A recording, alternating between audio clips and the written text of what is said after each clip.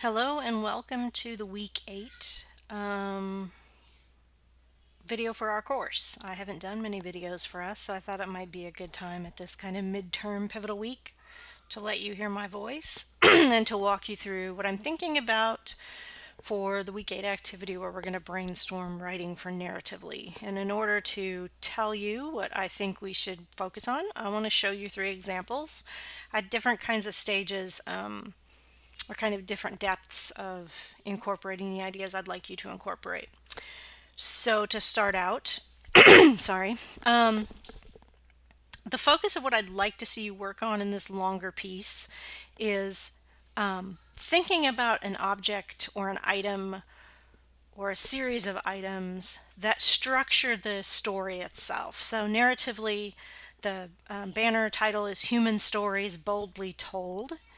And the focus in all the things that we read is that kind of narrative. Like you're telling a story about someone, something, sometime. There's just a wide range of examples on the website. But what I would encourage you to do to kind of narrow it down and try to follow the formatting that I see in several of their essays is to think about people as represented by objects or places. So the 3 examples that we're going to talk about, first of all, are this essay here, "A massive stroke ruined half my mom's brain. A year later, she wrote me this letter." Then we're going to move on to "My father's 4 years of passionate and earnest love letters to Jamba Juice." And then we're going to finish with the essay, "I've spent 30 years trying to solve one horrific murder case." So first of all, I've had you talk about in week 7 the things that you connected with or didn't connect with in the examples you read. I want to talk to you about what I see as kind of the successful patterns in these essays that got them published. When you submit your narratively essay, you will have it peer reviewed just like the brevity essays, but this is a very, very different publication than brevity was. The titles, as you'll notice, are much longer and more descriptive. You're trying to lure someone on this site to read your article.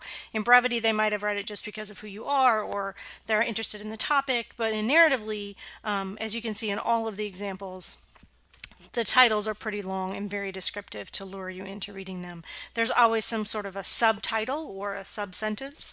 In the "Massive Stroke Ruined Half My Mom's Brain" essay, the sub is, "I've been dwelling on what I lost, but a 3-sentence note showed me what I still have."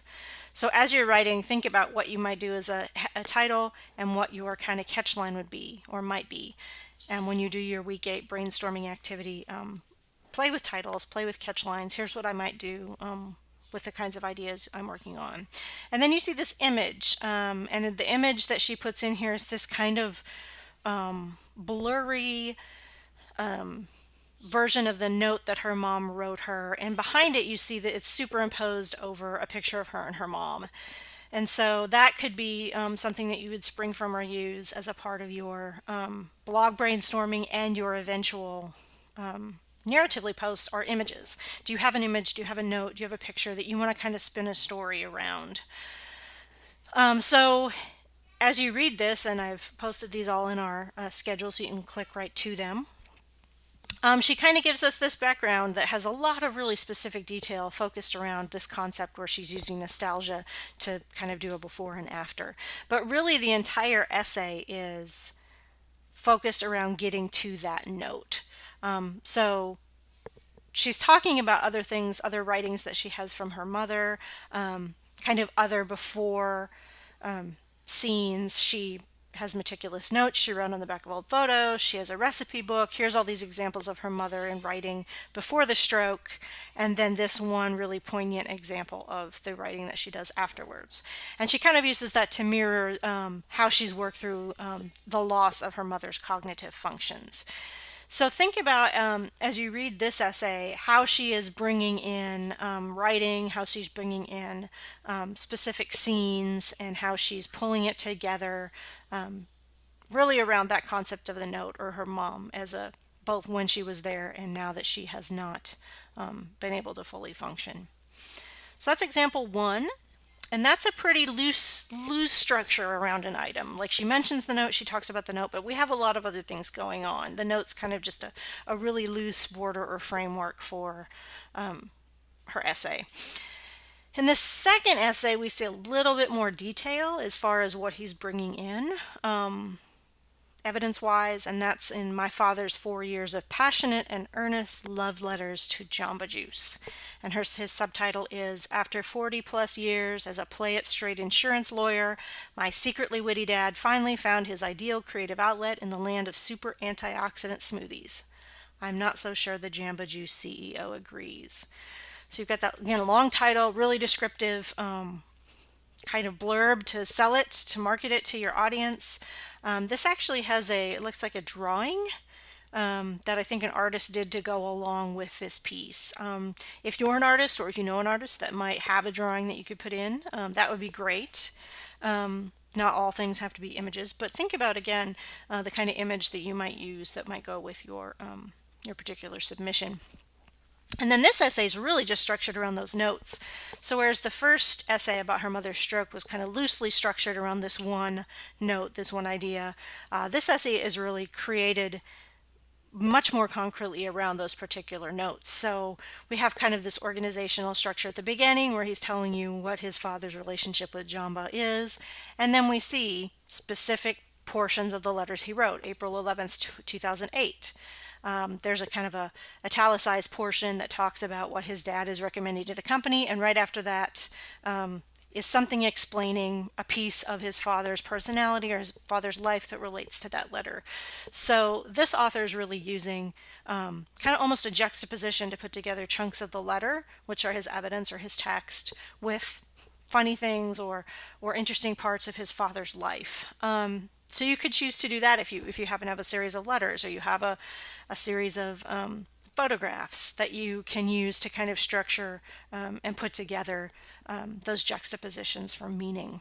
And then at the end, after we read all of these notes, not to give away the ending, but we find out what his answers were, and we hear what his father is still doing, even though I won't tell you the ending. I'll let you go and read that. So that's kind of the moderate, like we're taking something, an artifact or a letter, and using it to structure in a little more concrete way our essay. And then finally, and this is a full-blown investigative journalism type essay, if you have an obsession of some sort and you really, really, really want to write about something you've been doing for, let's say, 30 years, like this author has, go for it. Pull together a big, giant, missing horrific murder mystery post. So this example is titled, I've spent 30 years trying to solve one horrific murder case, by Nicole Lucas Hames. And her subline is, in rural North Carolina, a Native American activist who investigated police involvement in the cocaine trade turned up dead. Will anyone help me find out why? So yeah, it's definitely the kind of mystery, unsolved mysteries. That's one of the categories it's under. And then we see again an artist rendering an illustration by a different person of kind of the police report type folder with a sketch of the man that she's investigating. And then the rest of the piece really embeds, it's really just almost like a New Yorker article, really thick description, lots and lots of evidence. And so the author herself is almost backgrounded. She's almost not even in the piece until much, much later. And it's an investigative piece where she lays out this story. She starts with Charles Locklear and his brother Tony bounded up the back stoop of their cousin Julian Pierce's brick ranch home. It was shortly after 7 a.m. on March 26, 1988, and the sun had just broken through the morning mist. So if you've ever read something like In Cold Blood by Truman Capote, or I'm thinking The Gay Talese, I can't remember the name of the where he followed the gangsters. I'll have to remember that or find it to put in. This is really the true crime type article. So I don't anticipate that you've probably spent 30 years investigating a brutal murder, but you could have spent the last 10 years really obsessing about orchids, or maybe you have a particular show on Netflix that you're just absolutely consumed by, and you know all the characters and all the backstory. The third option for this might be something where you really are creating a scene or painting an image using a lot of concrete specific detail, photos, interviews, kind of sections or snippets of reports from other people. So this is an example of that really, really detailed literary journalism type essay. So that's kind of the other end of the spectrum from the massive stroke. The massive stroke is a little more internal, talking about and using the notes as a frame, all the way to the other end of the spectrum where very little of the author's in the piece. It's really about something external to her. So go to our schedule under week 8. I've linked in all 3 of those essays here, and read them over and think about for your 4th blog post, which is kind of your brainstorm for narratively. Do you have things that you could use that would be like any one of those 3 essays, or the essay that you really connected with from the reading last week? And then I'm having us do a blog post mostly because I have some students who are still struggling with accessing Blackboard, and I'm just over having to deal with that. So we're going to put them up as a blog. And in your blog, if you can, start trying to put in images or start trying to play with the concept of making a text that is both words and perhaps something visual. Some of you noted that narratively there's a whole section on comics.